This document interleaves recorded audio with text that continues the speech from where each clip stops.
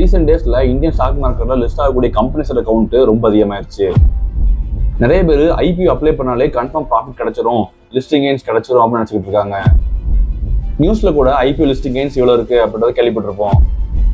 Last வீடியோல ஸ்டாக்னா என்ன, stock மார்க்கெட்னா என்ன, ஒரு கம்பெனி ஏன் ஸ்டாக் மார்க்கெட்ல என்ட்ராறாங்க, ஒரு கம்பெனியோட ஓனர்ஸ் கஷ்டப்பட்டு பில்ட் பண்ண அவங்களோட ஓன் கம்பெனியோட ஓனர்ஷிப்பை மற்றவங்க கிட்ட ஏன் செல் பண்றாங்க அப்படின்ற பத்தி டீட்டெயிலாக வீடியோ பார்த்தோம். இந்த வீடியோல ஐபிஓனா என்ன, ஐபிஓட ப்ராசஸ் என்ன, ஐபிஓ மூலமா நமக்கு என்ன பெனிஃபிட் கிடைக்காத சான்ஸ் இருக்கு, அதே மாதிரி ஐபிஓ எப்படி அப்ளை பண்ணணும் அப்படின்ற பத்தி டீட்டெயிலாக பார்க்க போறோம். ஸோ நீங்க ஃபர்ஸ்ட் டைம் என்ன மீட் பண்றீங்க அப்படின்னா, நான் தான் கவி முத்தரசு. ஸோ நம்ம finance MBA student from IIM. நீங்க stock market, mutual fund, investment, trading, IPOs இதை பத்தி நீங்க இன்ட்ரெஸ்டா பார்த்துட்டு இருக்கீங்க அப்படின்னா ஃபாலோ திஸ் பேஜ், டெஃபரண்டா ஹெல்ப்ஃபுல்லா இருக்கும். வாங்க இப்போ வீடியோக்குள்ள போகலாம். லாஸ்ட் வீடியோல ஸ்டாக்னா என்ன, ஸ்டாக் மார்க்கெட்னா என்ன, ஒரு கம்பெனி கஷ்டப்பட்டு பில்ட் பண்ணதுக்கு அப்புறமா ஏன் ஸ்டாக் மார்க்கெட்டுக்குள்ள வந்து அவங்களோட ஓனர்ஷிப்பை மற்றவங்க செல் பண்றாங்க அப்படின்ற பத்தி டீட்டெயிலாக வீடியோ போட்டிருக்கேன். ஸோ நீங்க இன்னும் அந்த வீடியோ பார்க்கல அப்படின்னா ஃபர்ஸ்ட் அந்த வீடியோ பார்த்துட்டு இந்த வீடியோ பாருங்க. டெஃபரண்டா இந்த வீடியோ புரிஞ்சுக்கிறதுக்கு ரொம்ப ஈஸியா இருக்கும். வாங்க இப்போ வீடியோக்குள்ள போகலாம். ஸோ ஐபிஓனா என்ன அப்படின்ற பாக்குறதுக்கு முன்னால ஸ்டாக் மார்க்கெட்ல ஒரு கம்பெனி ஏன் வராங்க அப்படின்றத ரொம்ப ஷார்ட்டா பார்த்துடலாம். ஃபார் எக்ஸாம்பிளுக்கு ஒரு கம்பெனி ஒரு பர்டிகுலர் ரீஜன்லயோ இல்லை ஒரு பர்டிகுலர் பிசினஸ்லயோ ஆப்ரேட் ஆகிட்டு அப்படின்னு வச்சுக்கலாம். அந்த கம்பெனி ஃபர்தரா குரோ ஆகிறதுக்கும் அந்த கம்பெனியோட எக்ஸ்பான்ஷனுக்கும் மேபி கொஞ்சம் மணி தேவைப்படலாம். அந்த மாதிரி மணி ரைஸ் பண்றதுக்கு கம்பெனிஸ்க்கு மல்டிபிள் ஆப்பர்ச்சுனிட்டிஸ் இருக்கு. அந்த மாதிரி மணி ரைஸ் பண்றதுக்கு ஒன் ஆஃப் தி ஆப்பர்ச்சுனிட்டி தான் ஸ்டாக் மார்க்கெட். ஸோ ஸ்டாக் மார்க்கெட்ல ஒரு கம்பெனி ஏன் உள்ள வராங்க அப்படின்னா, அந்த கம்பெனியோட ஓன் ஓனர்ஷிப்பை மல்டிபிள் ஷேர்ஸா பிரிச்சு அந்த ஷேர்ஸை பீப்புள் கிட்ட கொடுக்கறது மூலமா அவங்க வந்து மணி ரைஸ் பண்ணிக்கிறாங்க. ஆப்போசிட் சைட்ல இன்வெஸ்டர்ஸும் ஒரு கம்பெனியோட ஒரு பார்ட் ஆஃப் ஓனர்ஷிப் வர்றதுனால மார்க்கெட்ல அந்த பர்டிகுலர் ஷேர் என்ன பிரைஸ்ல போயிட்டு இருக்கோ அந்த பிரைஸை கொடுத்து அதை வாங்கிப்பாங்க. ஸோ இந்த மாதிரி ஸ்டாக் மார்க்கெட்ல வந்து மணி ரைஸ் பண்ண நினைக்கிற எல்லா கம்பெனிஸுமே இந்த ஐபிஓ அப்படின்ற ப்ராசஸ் தான் ஃபாலோ பண்ணி தான் ஆகணும். ஸோ இப்போ ஐபிஓ அப்படின்னு என்னன்றதை பார்க்கலாம். ஸோ ஐபிஓன்னு ஒன்றுமே இல்லை, இனிஷியல் பப்ளிக் ஆஃபரிங். இனிஷியல் அப்படின்னு ஒன்றுமே இல்லை, ஃபர்ஸ்ட் நடக்கிறது அப்படின்னு வச்சுக்கலாம். பப்ளிக் அப்படின்னு ஒன்றுமே இல்லை, நம்மள மாதிரியான சாதாரண இன்வெஸ்டர்ஸ் தான். ஆஃபரிங்கும் ஒன்றுமே இல்லை, அவங்களோட ஷேர்ஸை மற்றவங்ககிட்ட இஷ்யூ பண்றது தான். ஸோ பேசிக்காக ஐபிஓன்னு ஒன்றுமே இல்லை, ஒரு கம்பெனி அந்த கம்பெனியோட ஓன் ஷேர்ஸை மற்றவங்க கிட்ட ஃபர்ஸ்ட் டைம் கொடுக்குறதோட ப்ராசஸ் பேர் தான் ஐபிஓ. வீடியோ ஃபர்தராக கண்டினியூ பண்ணுறதுக்கு முன்னால் shout out to my Insta pages. நான் பர்சனலாக 2 இன்ஸ்டா பேஜஸ் வந்து ரன் பண்ணிட்டு இருக்கேன். ஸோ ஒன்று என்ன அப்படின்னா கவி லெஜர் இன்சைட்ஸ். ஃபார் எக்ஸாம்பிளுக்கு நீங்கள் டெய்லி பிஸ்னஸ் நியூஸாக இருக்கலாம், இல்லை ஃபினான்ஸ் நியூஸாக இருக்கலாம், நீங்கள் ஃபாலோ பண்ணிட்டு இருக்கீங்க அப்படின்னா இந்த பேஜ் உங்களுக்கானது தான்.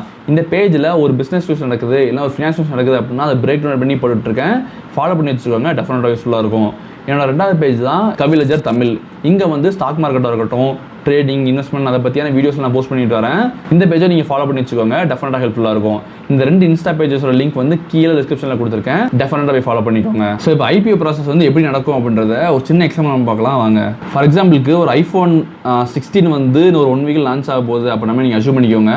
ஸோ iPhone 16 வந்து நீங்கள் வாங்கணும் அப்படின்னு நீங்கள் ஆசைப்படுறீங்க அப்படின்ற மாதிரி நீங்கள் வச்சுக்கோங்க. ஸோ பேசிக்காக வந்து நீங்கள் iPhone 16 வாங்கணும் அப்படின்னு முடிவு பண்ணிட்டீங்கன்னா என்ன பண்ணுவீங்க அப்படின்னா, டேரெக்டாக அந்த iPhone 16 வந்து மேனுஃபேக்சர் பண்ணுற அந்த மேனுஃபேக்சரிங் பிளேஸ்க்கே போய் நீங்கள் வாங்க மாட்டீங்க இல்லையா. ஸோ பேசிக்காக என்ன பண்ணுவோம் அப்படின்னா பக்கத்தில் இருக்க ஒரு ரீட்டைல் ஷாப்பில் போய் வாங்குவோம். ஸோ சிஸ்டம் வந்து இங்கே எப்படி ஒர்க் ஆகும் அப்படின்னா, மேபி நம்ம இங்கே இருப்போம். ஸோ நமக்கு வந்து ஒரு iPhone தேவை அப்படின்னா இங்கே வந்து ஒரு ரீட்டைல் ஷாப் இருப்பாங்க. மேபி அது ஒரு பூர்விகாவாக இருக்கலாம், இல்லை அப்படின்னா மேபி நம்ம பக்கத்தில் இருக்க என்ன ஷாப்பானு இருக்கலாம். ஸோ இங்கே போய் நம்ம வந்து ஒரு மொபைல்னா வந்து மேக்ஸிமம் வந்து நம்ம 2 மொபைல் கூட வாங்கலாம், விச் இஸ் டிபெண்ட்ஸ் அப்பான் அவர் ரெக்குவயர்மெண்ட் தான். ஸோ இந்த ரீட்டைல் ஷாப் வந்து என்ன பண்ணுவாங்க அப்படின்னா, இவங்களுக்கு மேலே வந்து ஒரு டிஸ்ட்ரிபியூட்டர்ஸ்னு ஒருத்தங்க இருப்பாங்க. ஸோ பேசிக்காக வந்து இங்கே வந்து மேனுஃபேக்சர்ஸ் இருப்பாங்க. ஸோ வந்து ஐஃபோன் மேனுஃபேக்சர் பண்ணுறவங்க என்ன பண்ணுவாங்க அப்படின்னா, மேனுஃபேக்சர் பண்ணதுக்கப்புறம் டிஸ்ட்ரிபியூட்டர்கிட்ட போய் கொடுத்துருவாங்க. அந்த டிஸ்ட்ரிபியூட்டர் தான் வந்து என்ன பண்ணுவாங்கன்னா ரீட்டைலர்ஸ்கிட்ட போய் கொடுப்பாங்க கரெக்டாக. ஸோ அந்த ரீட்டைல் ஷாப்பில் உள்ளவங்க என்ன பண்ணுவாங்க அப்படின்னா, டிஸ்ட்ரிபியூட்டர் வந்து அவங்க வந்து அந்த ஐஃபோன்ஸ் வாங்கும்போது நம்மள மாதிரி வந்து ஒரு மொபைலோ 2 மொபைலோ வாங்க மாட்டாங்க. வாங்கும்போது எப்படி வாங்குவாங்க, லாட்ஸில் வாங்குவாங்க. மேபி ஒரு லாட்டு இல்லை வந்து ஒரு லாட்ஸில் வந்து 2 லாட்ஸ்ன்ற மாதிரி வாங்குவாங்க. விச் மீன்ஸ் என்ன அப்படின்னா ஒரு லாட்டுக்கு வந்து மேபி ஒரு 25 மொபைல்ஸ் இருக்கலாம். ஸோ வாங்கும்போது பல்காக வந்து எப்படின்னா வந்து 25 மொபைலோ இல்லை 50 மொபைலோ அந்த மாதிரி பல்காக தான் வாங்குவாங்க கரெக்டாக. ஸோ இங்கே அந்த ஐபிஓ ப்ராசஸ்லேயுமே கிட்டத்தட்ட அதே தான் நடக்குது. ஃபார் எக்ஸாம்பிளுக்கு நீங்கள் வந்து ஒரு கம்பெனியோட ஐபிஓ வந்து டேட் வந்து ஓப்பன் ஆயிடுச்சு அப்படின்னா வச்சுக்கலாம். ஸோ நீங்கள் வந்து அந்த கம்பெனியை வந்து ஐபிஓவில் நீங்கள் போய் வாங்கணும்னு முடிவு பண்ணிட்டீங்க அப்படின்னா நீங்கள் தான் வந்து இந்த பர்டிகுலர் செயினில் வந்து ஒரு ரீட்டைலருமே இருப்பீங்க. ஸோ வந்து ஃபார் எக்ஸாம்பிள் இப்போ நான் தான் வாங்கணும்னு முடிவு பண்ணிட்டேன் அப்படின்னா வச்சுக்கலாம். ஸோ நான் வந்து சொன்ன மாதிரி ஐபிஓ வந்து டேட் ஓப்பன் ஆயிடுச்சு, அப்போவே நான் வாங்கணும் முடிவு பண்ணிட்டேன் அப்படின்னா இங்கே வந்து இந்த ரீட்டைல் ஷாப் வந்து எப்படி ஆக்ட் ஆகுறாங்களோ இங்கே வந்து நான் தான் அந்த ரீட்டைல் ஷாப்மாக இருப்பேன். நான் வந்து என்ன பண்ணுவேன் அப்படின்னா, டிஸ்ட்ரிபியூட்டர் வந்து நான் மொத்தமாக ஸ்டாக் வாங்க கரெக்டாக. இந்த டிஸ்ட்ரிபியூட்டர் யார் இருப்பாங்கன்னா, அந்த கம்பெனியோட ஷேர்ஸை இஷ்யூ பண்ணுற அந்த ஓன் கம்பெனியாக தான் இருப்பாங்க. ஸோ கம்பெனியாக தான் இருப்பாங்க ஆக்சுவலாக. ஸோ வந்து ஆல்ரெடி சொன்ன மாதிரி இங்கே ரீட்டைல் ஷாப்பில் வந்து எப்படி டிஸ்ட்ரிபியூட்டர் வந்து லாட்ஸில் பல்காக வாங்குறாங்களோ நானும் இந்த கம்பெனிலேருந்து லாட்ஸாக பல்காக தான் வாங்க முடியும் ஆக்சுவலாக. ஸோ என்ன பண்ணுவேன் அப்படின்னா மேபி நான் ஒரு லாட் நான் அப்ளை பண்ணுறேன் அப்படின்ற மாதிரி நம்ம வச்சுக்கலாம். இந்த ஒரு லாட் அப்ளை பண்ணுறேன் இல்லை 2 லாட்னா என்ன அப்படின்றத நம்ம அந்த எக்ஸாம்பிள் ஸ்க்ரீன் ஷேர் பண்ணி எக்ஸாம்பிள் நான் காட்டலான்ற மாதிரி வச்சுருக்கேன். ஸோ அப்போ வந்து உங்களுக்கு டெஃபினட்டாக புரிஞ்சிடும். மேபி ஒரு லாட்டுக்கு வந்து ஒரு 20 ஷேர்ஸ் இருக்குது அப்படின்ற மாதிரி அஷ்யூம் பண்ணிக்கலாம். இங்கே வந்து ஒரு லாட்டில் வந்து எத்தனை ஷேர்ஸ் இருக்கணும் அப்படின்றது அந்த கம்பெனியோட ஓன் டிஸ்கிரிப்ஷன் தான். ஸோ 20 ஷேர் இருக்குது அப்படின்னா இங்கே வந்து லாட்ஸில் நான் வாங்க முடியும். மேபி ஒரு லாட்டோ இல்லை 2 லாட்டோ வாங்க முடியும். நான் வந்து ஒரு லாட் அப்ளை பண்ணியிருக்கேன் அப்படின்ற மாதிரி வச்சுக்கலாம். இந்த கம்பெனி வந்து என்னைக்கு IPO க்ளோஸ் ஆகி என்னைக்கு வந்து ஸ்டாக் மார்க்கெட்டில் வந்து லிஸ்ட் ஆக போகுது அப்படின்ற மாதிரி சொல்கிறாங்களோ அப்போ வந்து நான் என்ன பண்ணலான்னா இந்த என்கிட்ட இருக்க இந்த 20 ஷேர்ஸை நான் வந்து மேபி ஒரு 4 ஷேரை வந்து நான் செல் பண்ணிவிட்டு மிச்சம் 16 ஷேர் நான் ஹோல்ட் பண்ணலாம். இல்லை அப்படின்னா ஒரு 2 ஷேர் ஹோல்ட் பண்ணி மிச்சம் 18 ஷேர் வந்து நான் ஹோல்ட் பண்ணலாம். ஸோ என்னன்னாலும் பண்ணிக்கலாம். பட் அந்த IPO ப்ராசஸில் நான் அப்ளை பண்ணும்போது நான் பல்காக மட்டும் தான் வாங்க முடியும் அப்படின்ற மாதிரி நீங்கள் தெரிஞ்சுக்கோங்க. ஸோ இந்த மாதிரி நான் ஷேர்ஸ் வந்து நான் செல் பண்ணுறேன் அப்படின்னா வில்லிங்காக இருக்கேன் அப்புறம் என்ன பண்ணுவேன் அப்படின்னா ஆப்வியஸாக வந்து நான் ஷேர் மார்க்கெட்டில் போவேன். ஷேர் மார்க்கெட்டில் போய் நான் செல் பண்ணிடுவேன். எப்படி வந்து இந்த ரீட்டைல் ஷாப் வந்து மொபைல் மார்க்கெட்டில் வந்து மொபைல்ஸ் வந்து செல் பண்ணுறாங்களோ அந்த மாதிரி தான். ஸோ பேசிக்காக வந்து என்ன ஆகும் அப்படின்னா ஒன்ஸ் வந்து iPhone 16 வந்து அஃபிஷியலாக வந்து மார்க்கெட்டில் லான்ச் ஆனதுக்கப்புறமா இந்த ரீட்டைல் ஷாப்ஸ்லாம் வந்து என்ன பண்ணுவாங்க அப்படின்னா அவங்க வந்து பல்காக வாங்கின எல்லா மொபைல்ஸுமே வந்து ரீட்டைலேருந்து ஒரு மொபைல் 2 மொபைல்ன்ற மாதிரி செல் பண்ணுவாங்க இல்லையா. இங்கேயும் கிட்டத்தட்ட அதே தான் நடக்க போகுது.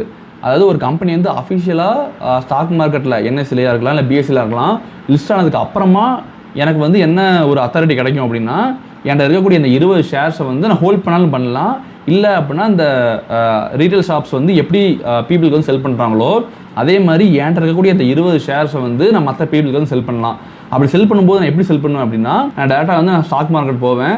ஸ்டாக் மார்க்கெட் போயிட்டு இந்த 20 ஷேர்ஸ் வந்து எத்தனை ஷேர்ஸ் வந்து நான் செல் பண்ணணும்னு நினைக்கிறேன் அப்படின்னா அதர் ஷேர்ஸ் வந்து நான் செல் பண்ணிட்டு வந்துடுவேன். ஸோ பேசிக்காக என்ன சொல்கிறேன் அப்படின்னா IPO ப்ராசஸ் ஒன்றுமே இல்லை.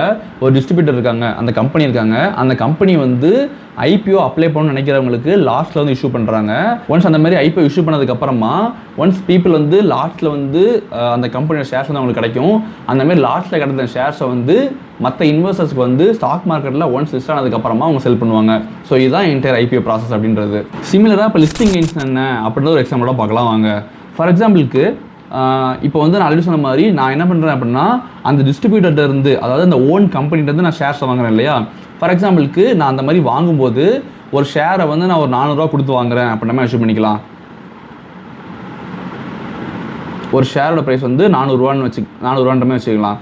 பட் ஒரு 2 to 3 இயர்ஸ்க்கு அப்புறம் இந்த ஷேர்ஸ் வந்து ஷேர் மார்க்கெட்டில் லிஸ்ட் ஆகும்போது மேபி அந்த கம்பெனி மேலே இருக்கக்கூடிய ஒரு பாசிட்டிவ் எக்ஸ்பெக்டேஷனாக இருக்கலாம், இல்லை வந்து பாசிட்டிவ் பெர்ஃபார்மன்ஸாக இருக்கலாம், இல்லை ஃபியூச்சரில் அந்த கம்பெனி நல்லா க்ரோ ஆகும் அப்படின்ற எக்ஸ்பெக்டேஷனாக கூட இருக்கலாம். இதனால் என்ன ஆகும் அப்படின்னா இன்வெஸ்டர்ஸ்க்கு அந்த கம்பெனி மேலே இருக்கக்கூடிய டிமாண்ட் ரொம்ப அதிகமாக இருக்கும்.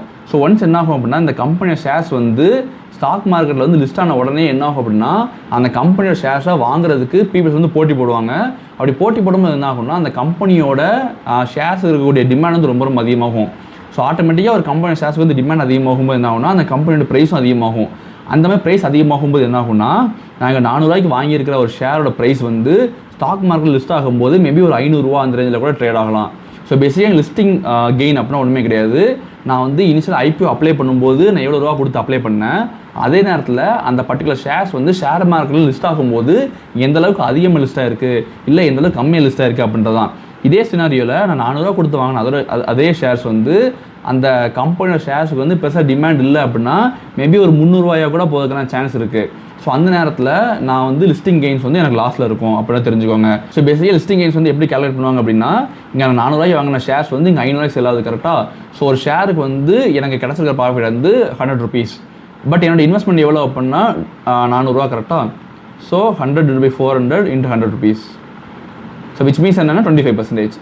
ஸோ இந்த பர்டிகுலர் கம்பெனியில் எனக்கு கிடச்சிருக்கக்கூடிய லிஸ்டிங் கெயின்ஸ் எவ்வளோ அப்படின்னா 25%. ஸோ இந்த வீடியோவில் IPO என்ன, IPO ப்ராசஸ் வந்து எப்படி நடக்கும், IPO எப்படி அப்ளை பண்ணணும், அது மட்டும் இல்லாமல் அதை சுற்றி இருக்கக்கூடிய சில விஷயங்களை நம்ம பார்த்தோம். ஸோ இப்போ வந்து IPO என்ன அப்படின்ற பற்றி ஒரு பேசிக் ஐடியா இருக்குன்னு நம்புகிறேன். அதே நேரத்தில் ஸ்டாக்னா என்ன, ஸ்டாக் மார்க்கெட் என்ன, ஒரு கம்பெனி வந்து ஏன் ஸ்டாக் மார்க்கெட்டில் என்ட்ரு ஆகிறாங்க அப்படின்ற பற்றி டீட்டெயிலாக ஒரு வீடியோ நான் ஆல்ரெடி போஸ்ட் பண்ணியிருக்கேன்.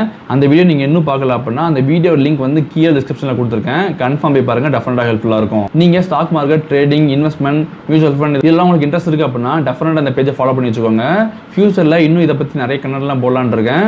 So stay tune for that.